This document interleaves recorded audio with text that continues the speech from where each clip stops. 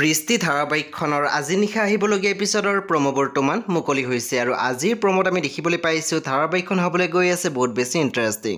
বলকচোন চাওঁ আজিৰ প্ৰমোত কি দেখিবলৈ পাইছোঁ। আজিৰ প্ৰমোৰ প্ৰথম ভাগত আমি দেখিবলৈ পাইছোঁ বীৰেণাই কৈ আছিল তুমি কেতিয়াও কাৰো কাৰণে ত্যাগ কৰি পোৱা নাই, অকল কাঢ়ি পাইছা, লোকৰ জীৱন ধ্বংস কৰি পাইছা।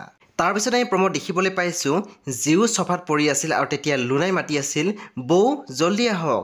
তেতিয়া আমি দেখিবলৈ পাইছোঁ চিমি দৌৰি আহিছিলে আৰু চিঞৰিছিলে জিউ জিউ। তেতিয়া আমি দেখিবলৈ পাইছোঁ পুনৰ লুনাই কৈছিল বৌ পানী লৈ আহকচোন, পানী লৈ আহক। তেতিয়া চিমিয়ে মাত দিছিল ৰ'বা ৰ'বা। তেতিয়া চিমিয়ে পানী আনিবলৈ গৈছিল। তাৰপিছত আমি প্ৰমোত দেখিবলৈ পাইছোঁ পুনৰ বীৰেণাই বাবাক কৈ আছিল এইবোৰ কথা লৈ আৰু তুমি মোৰ ওচৰলৈ নাহিবা, মই পাতিব নিবিচাৰোঁ আৰু মা আৰু ভণ্টিকো নিজৰ মতে থাকিবলৈ দিয়া।